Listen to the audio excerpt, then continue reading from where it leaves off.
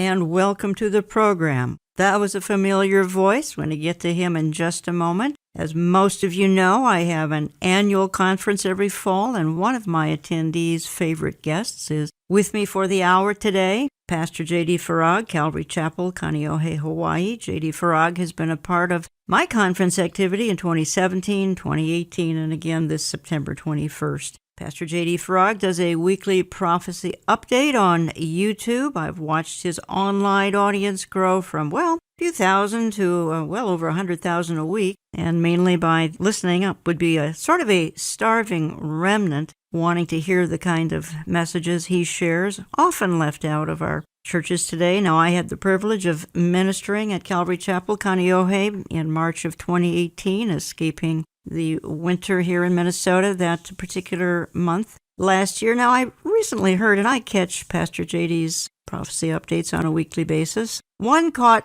my attention partly because I actually have a DVD that's very similar to this message, and he was talking in that update now several weeks ago about, I think, what he might call the top 10 prophetic signs going on. And as I say that, I am aware that a lot of signs that we're talking about today really apply more to the tribulation than perhaps even the church age. But if the tribulation signs are casting a shadow today during the church age, please understand how very, very late the hour is. So, Pastor J.D. Farag, welcome back to the program. It is so great to be with you, Jan. Yeah, and I really appreciated your 10 signs that are kind of indicative of the lateness of the hour. Pastor J.D., if I could go through the 10 signs with you, and if you don't mind, I'm going to add a few to our discussion that I would see that might be appropriate to add to the list. So could we do that for the hour? Absolutely, absolutely. And the only reason I'm going quickly through your number one sign, and it's so important, the mocking, the scoffing, 2 Peter 3, is last weekend. I spent the whole hour talking about this with Pastor Tom Hughes and Pastor Brandon Holthouse, the mocking and scoffing of the topic that the King is coming. I'm just referencing that as your number one sign. I'm moving quickly here to number two, and let's discuss number two. The converging alignment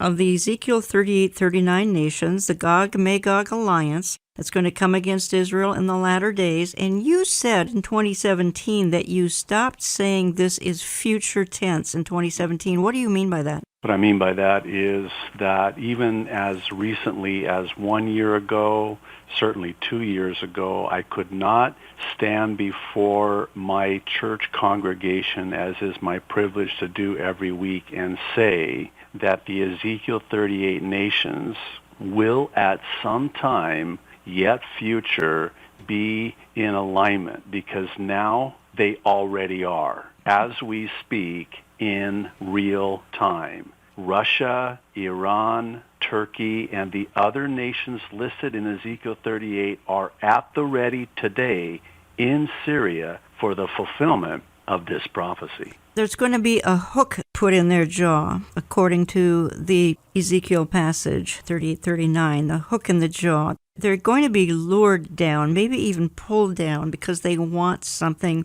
in Israel so badly. Would it be oil? Would it be natural gas? Would it be technology? My goodness, they can make water out of thin air. What do you think the hook will be?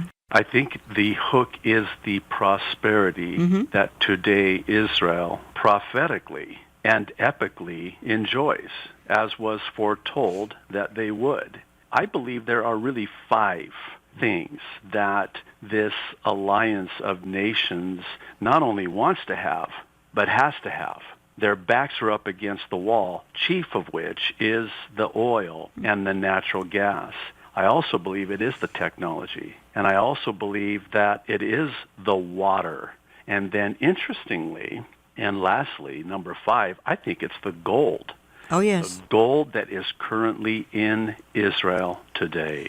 I think another interesting angle of this conflict, J.D. Farag, is that I don't think any nation intervenes. In other words, I don't think even America intervenes, because the passage says that various nations stand on the sidelines and say, what are you guys doing? But they don't do anything about it. America doesn't do anything about it. Israel is on her own by design so God can step in. If you were to ask me what I thought was one of the most compelling and convincing facts that we are witnessing the beginning of Ezekiel 38 coming to pass, that would be it. And I'll be specific to verse 13 of Ezekiel 38, where we're told that it will be Sheba and Dedan, Yes. which we know today as modern-day Saudi Arabia, that will not only not be a part of the alliance of nations, but they will be the one nation at the helm of this protest where they question, are you coming to take a spoil? Are you coming to take booty?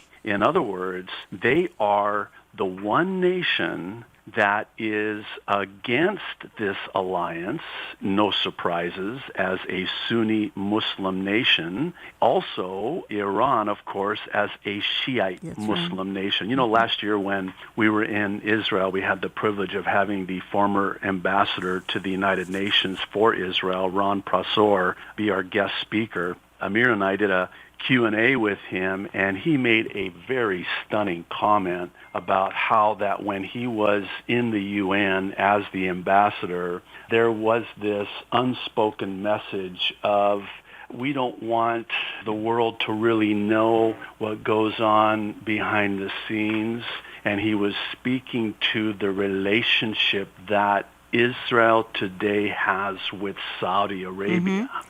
It was an interesting comparison. He likened it to a mistress, how that it was kept a secret. He said what we're seeing now is no longer is this going to be kept a secret. It is now out in the open. We have a relationship with Saudi Arabia and the Gulf nations today that we have never had before. I immediately mentioned this verse in Ezekiel 38. Prasor himself, not a believer, but a very intelligent man and very interesting man. He's actually become a friend of mine over the last several years. I did mention this specific verse in Ezekiel 38 about Saudi Arabia having this relationship that he just got done describing with Israel. That is, to me, Jan, the most compelling part of the Ezekiel 38 prophecy. Who knew? Right. God knew. Right. Talking to Pastor J.D. Farag this hour, and I'm basing my discussion off of one of his recent prophecy updates, which you can find on YouTube weekly, where he talked about what he felt were the top 10 sort of signs of the times. I'm going to add to them if time allows. Pastor J.D., I want to move on to number 3 only in the interest of time, and perhaps number 2 and 3 tied together, and that would be an Israeli strike on Damascus, the likelihood of that any day. That's your number 3 sign. So severe would it be, according to the Bible, that Damascus would become uninhabitable. Your comment on that? My comment on that is that the Isaiah 17:1 prophecy that you're referring to is a trigger, a catalyst prophecy, and I'll explain what I mean by that. Today in Damascus, you have at the ready Russia, Iran, Turkey, and the other nations in alignment. They are just waiting for the green light, as it were, to come from the north there in the Golan on the northern border with Israel, and they will do so when they're done with one Bashar al-Assad, who is just a means to an end. The end game, the goalpost, is Israel. Once Damascus is destroyed, they then will sort of be forced, and you talk about this hook, that is when I believe they will then come from the north, invade Israel. And here we are talking today, Jan. And this one prophecy in Isaiah 17, verse 1 specifically, is on the cusp. It can happen any time. I often comment about how one of these days, if we're still here, if the rapture doesn't come prior to or in concert with this sudden destruction that comes down upon Damascus, we could read in our news feeds tomorrow morning that this is exactly what's happened. Yeah, the thought is kind of an ominous one, J.D., because Damascus is a huge city. You wonder what could level it so that it's uninhabitable. My mind goes back to the conflict with Saddam Hussein some years ago now, 2003, I believe it was. Some of those weapons of mass destruction hauled out of Iraq into Damascus, I believe. Who knows? Maybe some of those are ignited. We don't know. Text, anyway, says that the city of Damascus will become uninhabitable. Only in the interest of time, I want to move on to your point number 4, which is the setting of the stage for the Daniel 9:27 treaty, which really starts the tribulation, folks. A lot of people wonder what officially starts the tribulation. Does the rapture start the tribulation? Not necessarily, but there's going to be a covenant signed, and it's the Daniel 9:27, 7-year peace agreement between Israel and her enemies, and it's orchestrated by Mr. Antichrist. And there's going to be lots of talk of peace and security, peace and safety going on at the time. And at the 3.5-point year of the tribulation, the Antichrist betrays Israel. And as you say, Pastor J.D. Farag, the tribulation is for the salvation of the Jewish nation. To me, that's so obvious, but a lot of people still don't get that.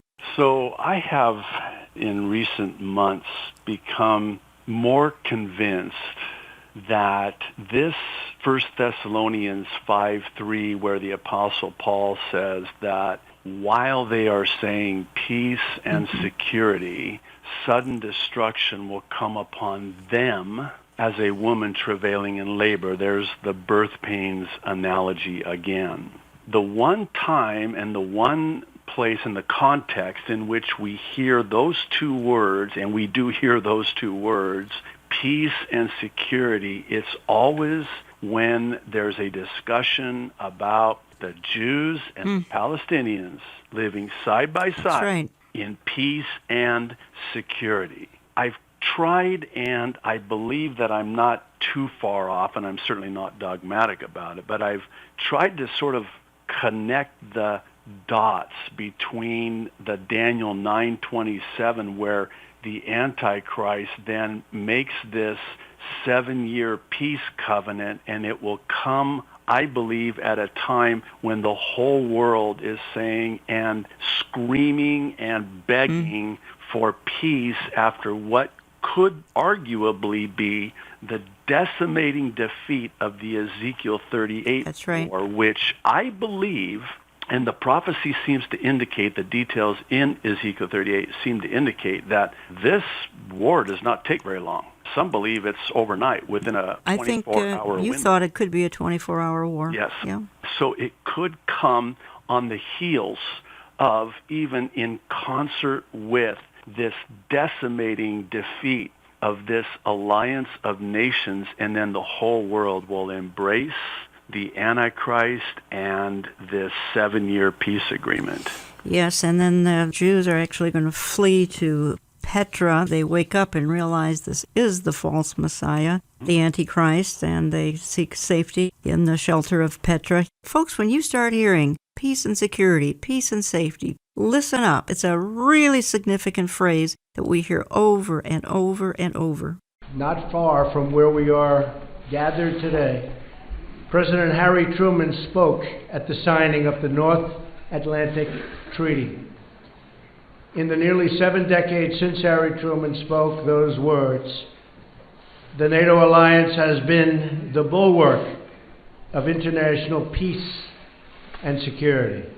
Well, again, you often hear that in the context of the Middle East, and in that case, it happened to be another context, but just listen up for it because I think it's so significant. It's right out of the Bible, 1 Thessalonians 5:3. Folks, let me just quickly say, because we've been referencing my fall conference, and some of you have purchased tickets, and by the way, you need to get them in the very near future. And again, call the Brushfire Agency, give that number throughout the hour here, or go to brushfire.com. They're only $25, and that includes a lunch. But some of you have already ordered your tickets, and now you can't attend. Would you please turn your tickets in so someone else could purchase them? That's what happened last fall. 700 of you didn't turn them in, and we had 700 empty seats. So if you can't show up, if you turn them in even a couple of days ahead of time, please turn them in right now if you know you can't attend, and someone else will get those tickets, because we've got 5,000 seats for sale, and we hope to fill everyone for the September 21st event this fall near Minneapolis, Minnesota. We'll have a promo about that in just a moment. My speakers include J.D. Farag, Amir Sarfati, Dr. Robert Jeffress, Jack Hibbs, myself, Lori Cardozo-Moore will be there. She'll bring us a greeting and talk to us about her efforts to battle anti-Semitism around the world. So we'll be taking the whole day on Saturday, September 21st. I want to move on. We're talking for the hour to J.D. Farag about what he considers the top 10 signs of the times. We could probably talk about 20 or 30, but we're limiting them here in the interest of time. Number 5, J.D. Farag, the global cry for peace and security. Again, we've kind of referenced that, but you put it sort of under the banner of a two-state solution, Jews and Palestinians living side by side together in peace and security. Can't we all get along? No. It is so important to understand that the so-called Palestinians do not want peace with Israel. They want the destruction of Israel. This is right out of the playbook of Islam. It started with Muhammad and then Saladin after him. It's basically this: make peace with your enemy, then destroy them. And so this is, and I've talked about this in the past. I know it's very strong when I say it like this, but the so-called two-state solution is a repackaging of Hitler's final solution. But the world is obsessed with a two-state solution and possibly going to come out maybe this fall. Well, definitely this fall. I don't think we know the content of the two-state solution coming down from Jared Kushner, which makes me moderately nervous, but I'm hoping for the best, as you are. Yeah, there's a lot of anticipation as to what is in the deal of the century, and it'll be very interesting to see how that all plays out in the upcoming weeks. Well, you're number 6 out of 10, and that would be Zechariah 12, 1 through 3, and that would be Jerusalem would become an intoxicating obsession of the whole world, efforts to divide her, efforts to possibly make part of Jerusalem a capital city for the so-called Palestinian people. We'll see. I doubt that's going to happen, but it certainly could. I think in a different presidential administration, it will happen. And as you say, J.D. Farag, God says, if you're going to cut Jerusalem in pieces, I'll cut you in pieces. God put his name on this city. You actually talked about that at my conference last fall. Yeah, the Zechariah 12 prophecy to me is a very fascinating prophecy because it's very blunt. God is very clear and in no uncertain terms says, Jerusalem is my city. My city. I put my name of ownership on it, quite literally, by the way. And if you try to move those burdensome boundary stones, you try to divide my city, you try to cut up my city, I will cut you into pieces. And it does describe, and this is chilling, it does describe in verse 3 that this will come at a time when all the nations of the earth are gathered against her. Now here we are with an administration that is arguably the most pro-Israel administration we've ever had. The question, of course, becomes, well, how is that even possible? Because we are one nation now who is still, thankfully, standing with Israel. What I answer that question with is this. When you don't know, you fall back on what you do know, and what you do know is that there is coming a day, and it can happen very quickly. Things in America can change overnight. Talking to J.D. Farag for the hour. He's pastor of Calvary Chapel, Kaneohe, Hawaii. You can learn more at his website, which is the Calvary Chapel, Kaneohe. Follow him on the YouTube channel. You can just go to YouTube and type in his name, and it's a weekly prophecy update. It's got well over 100,000 weekly viewers now, which is for YouTube and for a Christian channel. That's very, very encouraging to see that kind of response. And again, it's partly because our churches have kind of turned this topic off a little bit. We've talked about that before on this program. I don't need to revisit that. There's always information available online if you're able to access it. I want to move on. He gave an update, this is some weeks ago now, about what he might consider sort of the top 10 things to be observing in our times. The Bible talks about signs of the times, and as I said, introducing the program, some of these signs are referencing the tribulation, but if they're casting a shadow now, I mean, that's very, very significant. And that the church disappears before the tribulation. I always say, even if these are signs referring to the tribulation, some certainly are church age, but if they're referring to the tribulation casting a shadow now, we should be paying even double attention. You're number 7 in your lineup, J.D. Farag spent just an extra minute on this, and I'm going to add something to it if you don't mind. You state and you cite the rise in wickedness, and my goodness, I've even thought of making a special presentation on this topic, and you've got the rise of witchcraft, you've got just a casual approach, J.D., to abortion, and you and I talked about this last time you were on the program, and how you take that so personally. I mean, we've got school shootings. I want to throw something else in the mix, though, and that is, at the same time, the rise of strong delusion, sort of a 1-2 punch, rise in wickedness, and then the rise in strong delusion. Would you agree with that? Yes, I would. And I will take it a step further and suggest that when you reject the truth, you then open yourself up to the deception, the delusion of the antithesis of the truth, and that is Satan himself. Jesus is the truth. Satan is the father of lies.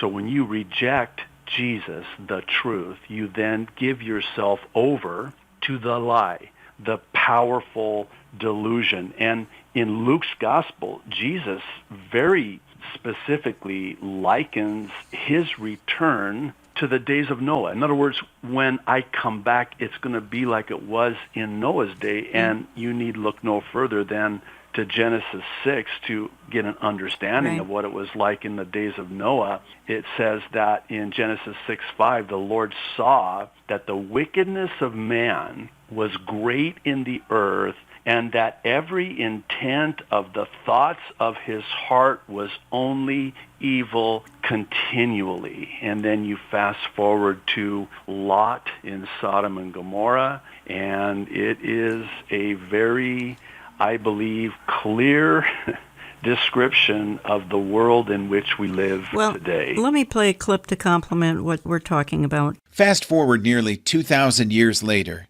and we find that the world is seeing all these predicted end-time signs happening, just as Jesus predicted.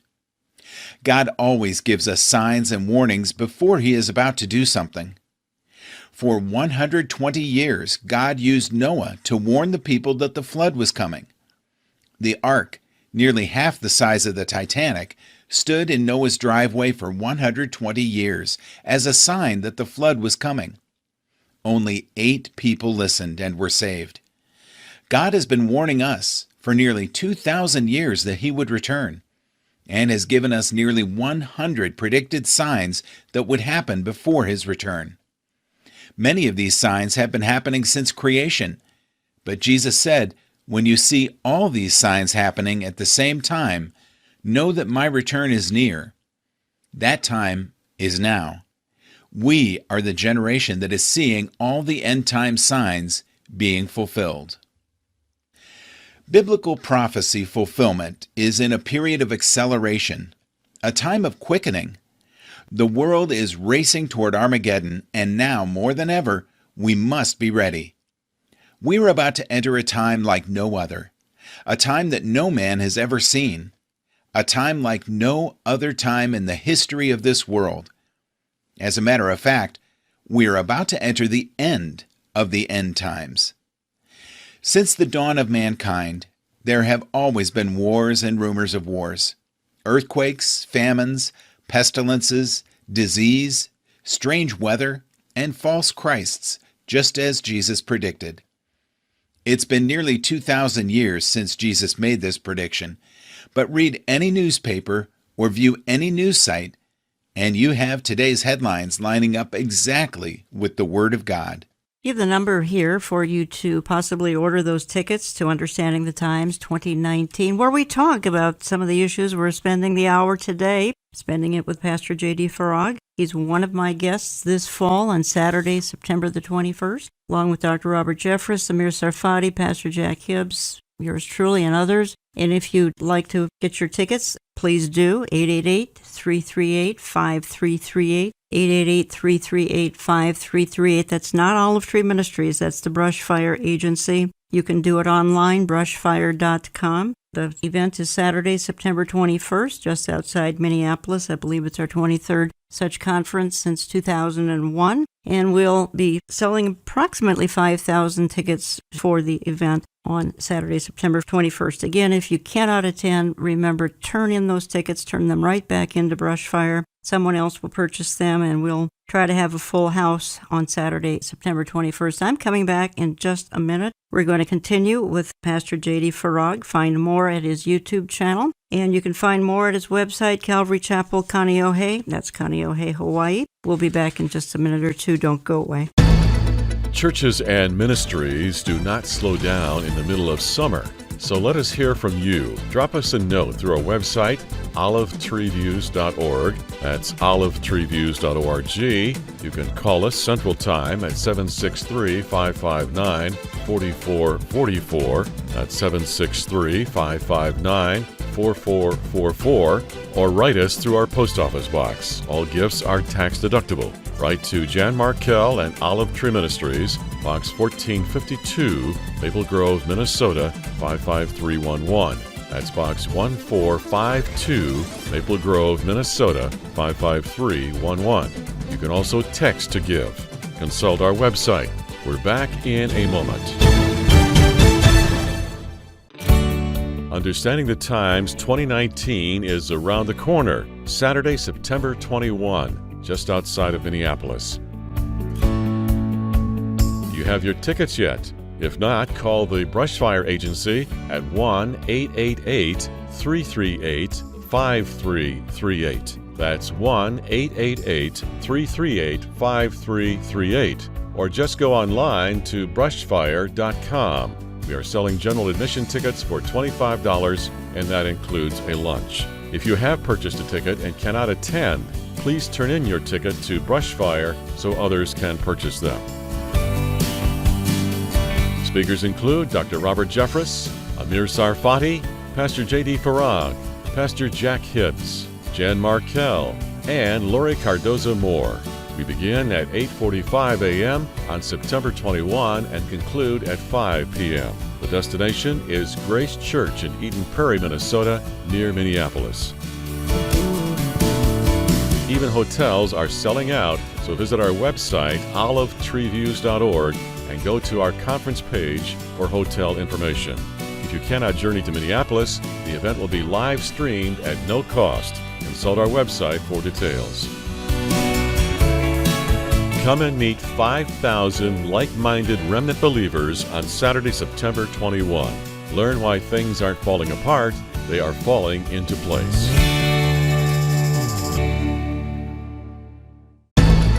You go to every nation, the leader of that nation today is despised. And I believe it is setting the stage for this final leader, the Antichrist, to come on the scene.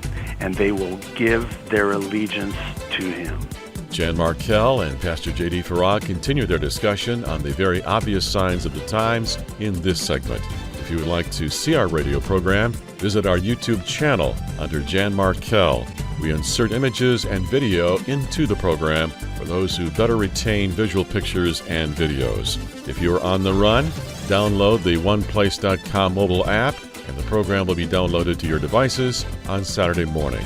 Now here are Jan and J.D. It gets worse. Just this week, Michelle Bachmann actually predicted that I would bring about the biblical end of days. Now that's a legacy. That's big. I mean, Lincoln, Washington, they didn't do that.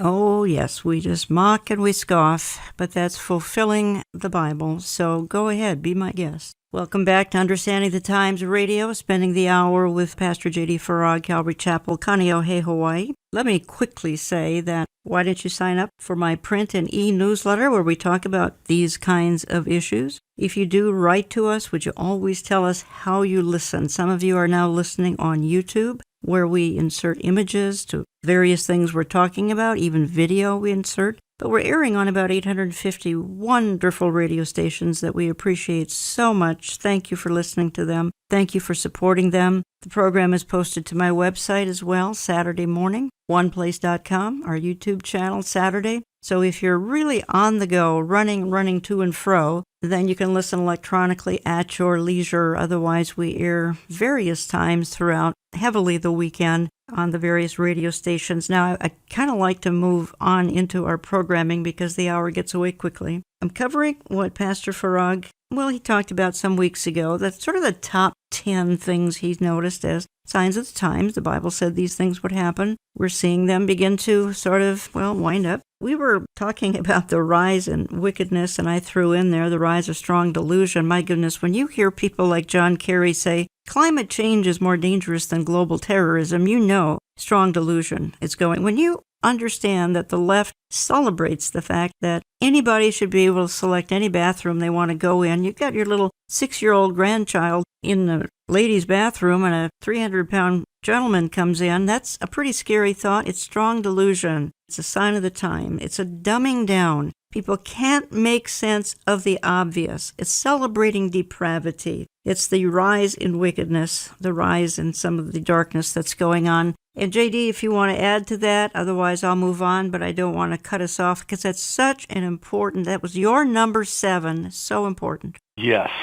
The increase of wickedness globally, I believe, is so significant, and it is the likes of which we have never seen before, nor will we ever see again. Can you imagine the tribulation? Thankfully, we don't have to, but can you imagine the insanity going on at that time when the church that's holding the lid on everything is gone? At a time when we need to be talking about it the most, it is the time that it is the most silent. Absolutely. All right, I'll move on then to your point number 8 of his top 10. And by the way, I'm throwing in some, so we're going to end up with more like 15 signs that I think are quite important, that we should be watching as we wait. Then that would be the rush towards global currency. There's talk now, JD, about cryptocurrency. We hear about Bitcoin. Mark Zuckerberg wants to have crypto coin by 2020. Talk to me a little bit why you put this as number 8. I put that at number 8 because it coincides with everything else that we've been talking about. And I sort of packaged it with number 9, if you don't mind, because that is the prophecy in Daniel 12, verse 4, about the increase of knowledge. And it is my belief that it's not just the increase of knowledge in the technological view, but more so, I believe, an increase of the knowledge of Bible prophecy, because in that same chapter, Daniel is told to seal up the book until the time of the end. And that is when there will be the increased knowledge of that which is written. This cryptocurrency, this global currency, it is very interesting as you look at the world's markets right now, and the advent of Bitcoin, and now, of course, Facebook next year wanting to bring out this Libra currency. And it is really, I believe, the way that the Antichrist will bring about a one-world economic system vis-a-vis this mark, which the technology for that exists today as we speak. Interesting, by the way, if I can parenthetically say, the technology that we have today matches the technology that is described in Bible prophecy. In other words, the technology in 5 years from now, maybe 10 years from now, it would, in effect, exceed the technology that is described in the Bible, meaning that if that technology were that advanced, then certainly the Bible would describe that kind of technology, but it doesn't. It's describing the technology that we have already. It exists now. I'd like to compliment what you're saying with a little clip here. It's Catherine Albrecht. She happens to be on CBN. The reality of mobile lifestyles has increased demands on mobile computers, and all eyes are now on the upcoming release of the iWatch. More than just a watch, the iWatch will have processing abilities like a computer and communication abilities like a smartphone. It will also have Apple Pay capabilities, raising concerns with critics that society is getting too close for comfort to invasive technologies. Joining us now is consumer privacy expert and author of the children's book, I Won't Take the Mark, Dr. Catherine Albrecht. Welcome, Dr. Albrecht.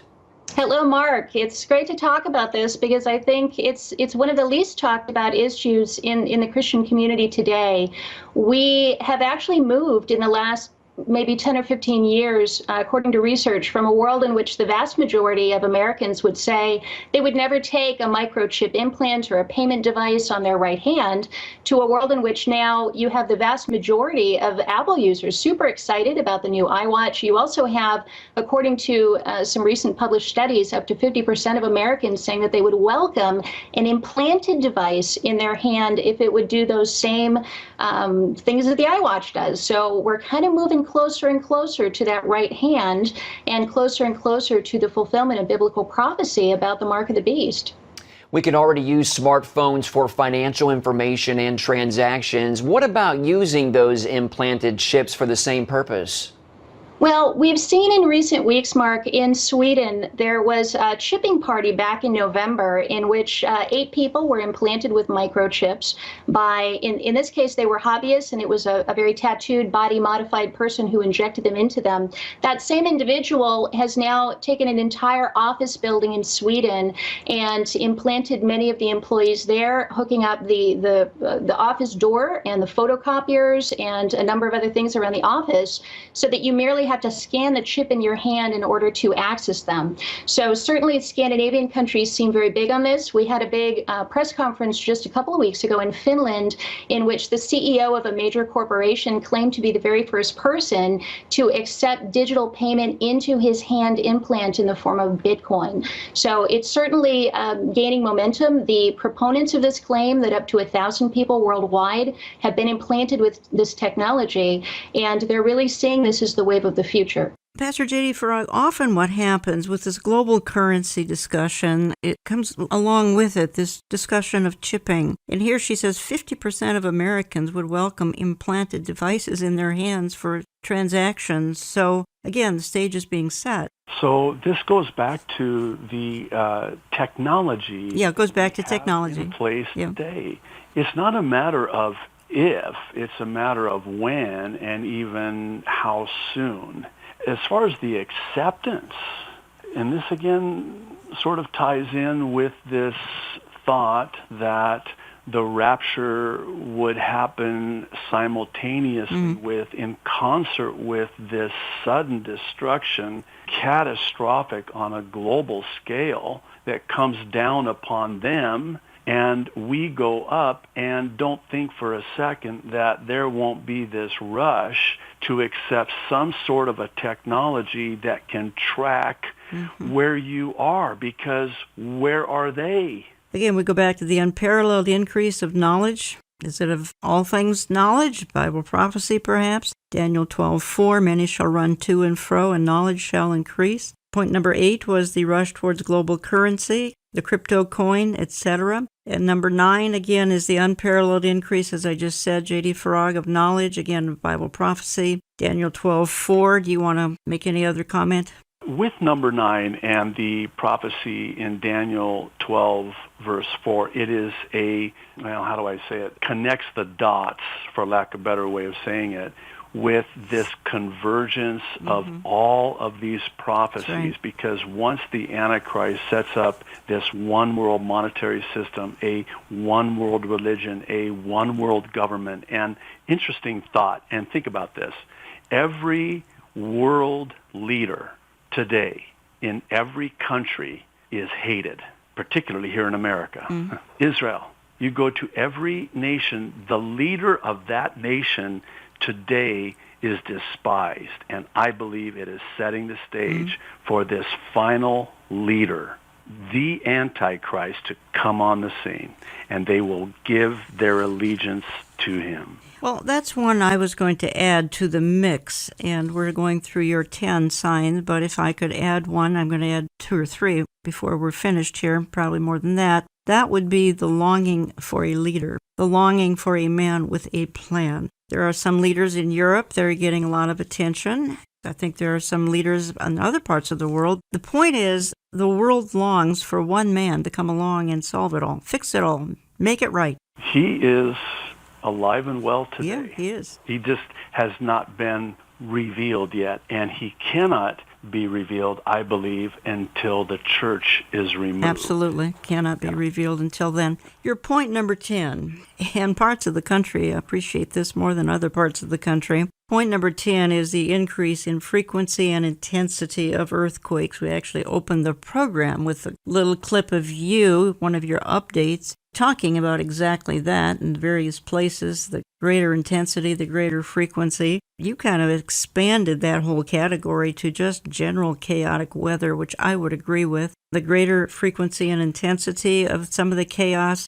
The Bible certainly references earthquakes, and I think this is a tribulation experience, and again, that's casting a huge shadow on our time now as things begin to exponentially increase. Folks, that's the 2 key words, exponential increase. Go ahead, JD. So in Luke 21:28, one of my favorite verses in all of the Bible, Jesus said, when you see these things, keyword, begin to come to pass, look up and lift up your heads. Why? Because your redemption draws near. Now, here's the thing. When I did this top 10 prophecies that I believe are in play today, pointing to the very soon return of the Lord for the rapture of his church, it was back in May, prior to what we just saw happen and is still happening in California. Yes. Earthquake-prone California. What was different this time, and this is what I believe Jesus was saying in Matthew 24, that you're going to have these earthquakes increasing with frequency and intensity, and it's going to come in various ways and in diverse places. And this was interesting, watching the coverage post the 6.4 earthquake, because they were saying that there's another one coming. And sure enough, a 7.1 quake that was felt as far as Nevada. When they were asked in a press conference, this is the USGS and some of the local experts that were there at this press conference, when they were asked, well, isn't this unusual that an aftershock is actually bigger than the earthquake itself? In other words, we had a 6.4 and we have a 7.1 aftershock? And they had no answer. And of course, some suggest that maybe that's by design so that it doesn't create or cause panic. But what really struck me was how suddenly earthquakes happen. And on July 4th in California, people did not get up that day thinking to themselves, hey, what if there's an earthquake today? It just happened unexpectedly. I think about what Jesus said in Matthew 24, verse 44, behold, I come at a time you expect not. But here's the thing. California knows they're going to have earthquakes. The warnings have been sounded.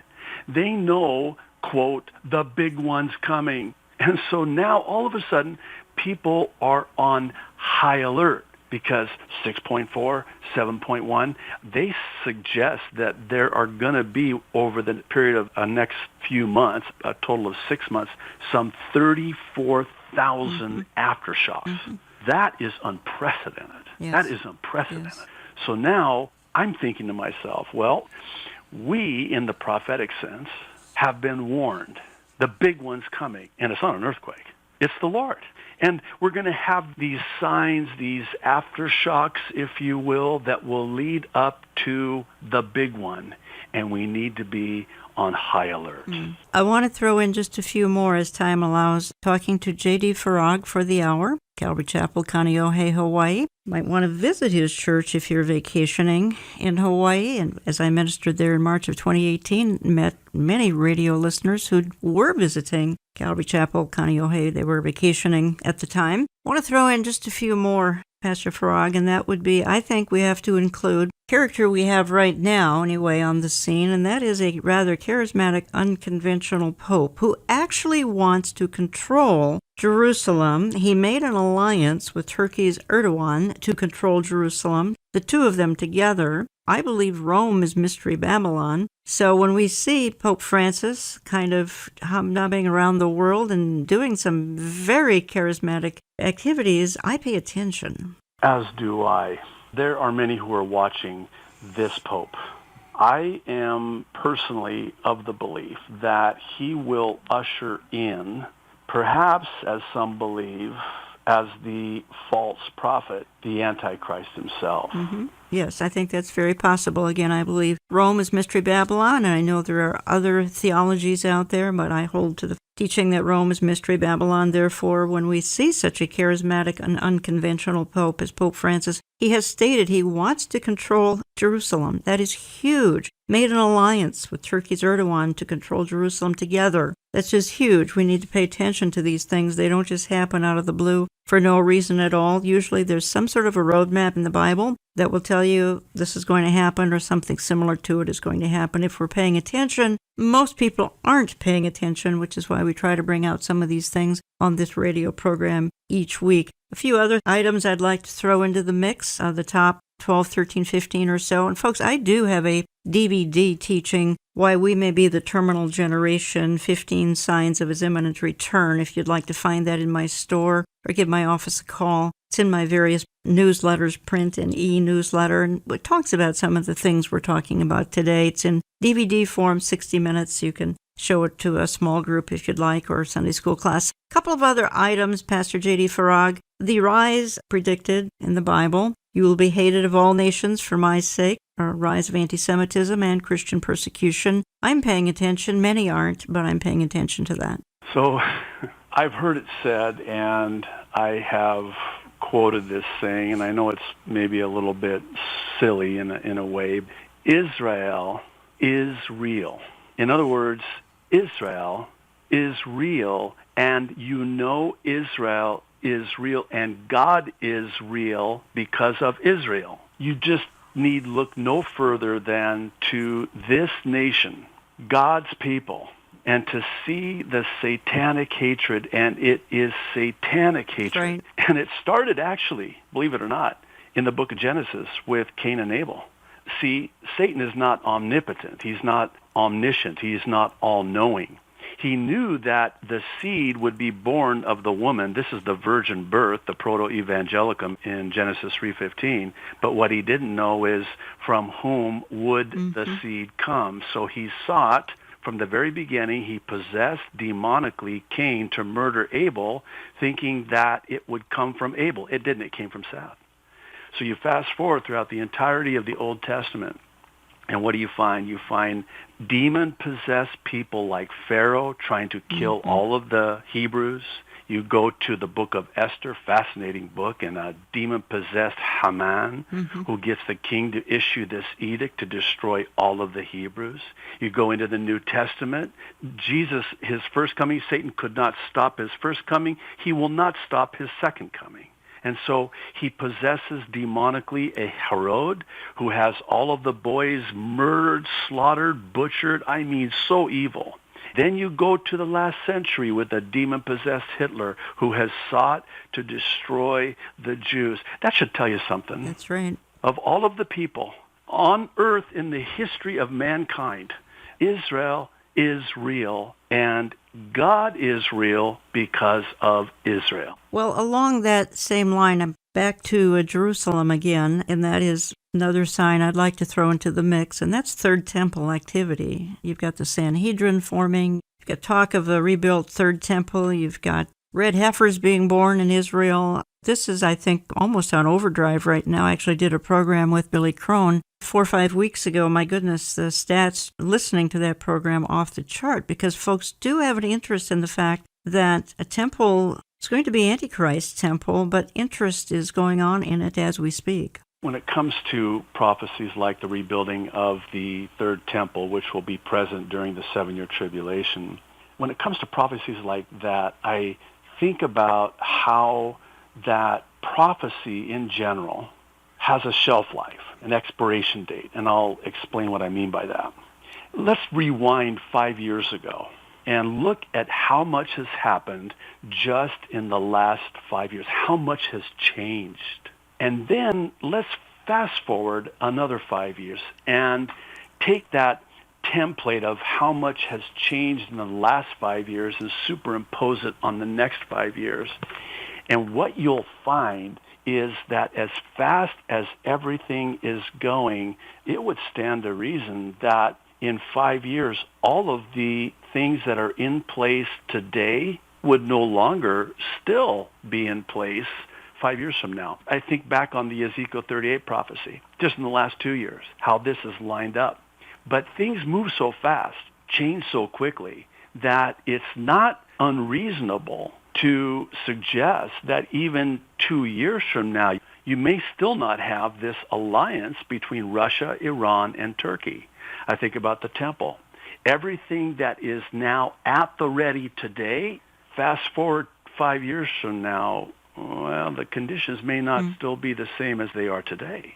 Good thought. Third temple activity, absolutely on overdrive. I think one of the most prominent things going on today, if you're paying attention, and particularly if you're paying attention to some of the things going on in Israel, following some of the Israeli press. JD, we've got the term convergence. We've got the convergence of all these things. You know, you and I could talk. We could throw in another 20 things to talk about, but we've got the convergence of all of this on overdrive. It's just stunning. I don't think we had this convergence even 10 to 15 years ago, but we do now. I believe that. I would even say as recently as 5 years Yes, ago, I would too. that the convergence was not as it is today. A couple of weeks ago, I did a prophecy update on the prophecies that have already been fulfilled. That's right. It was excellent. Since 1948.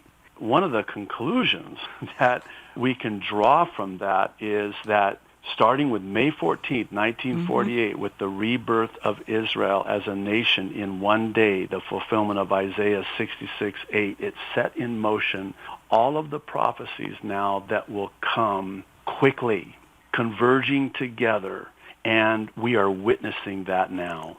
We carry Amir Sarfati's book titled The Last Hour, and he titled it for a reason. He titled it because he, along with a number of us, Jack Hibbs, J.D. Farag, myself, so many others, Pastor Billy Crone, so many that visit my radio program and my conference activity, believe that we are literally in the closing hour of history as we know it. And that's why we always appreciate that Pastor J.D. Farag usually closes his prophecy update with a call to salvation, because we want no one to be left behind, go through the terrible time of calamity known as the tribulation and the great tribulation. For a child of God, the church is spared that kind of horrific tribulation. So, JD, I am down to literally a minute or two if you would like to wrap it up with a call to the lateness of the hour, and let's give our hearts to the Lord Jesus while we have time. It's all yours. This is the gospel of Jesus Christ, the good news of salvation in Jesus Christ, who came and was crucified and buried and rose again on the third day and is coming back one day.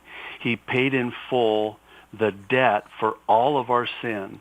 The Bible says all have sinned and fallen short of the glory of God. I always like to present the ABCs of salvation because it's a childlike explanation of how to be saved. The A is for admit you're a sinner or acknowledge that you've sinned. This is what repentance is. It's a change of one's mind, a turning from sin and a turning to the Savior. The B is for believe that Jesus is Lord, and believe in your heart that God raised him from the dead. This is what Romans 9 and 10 says.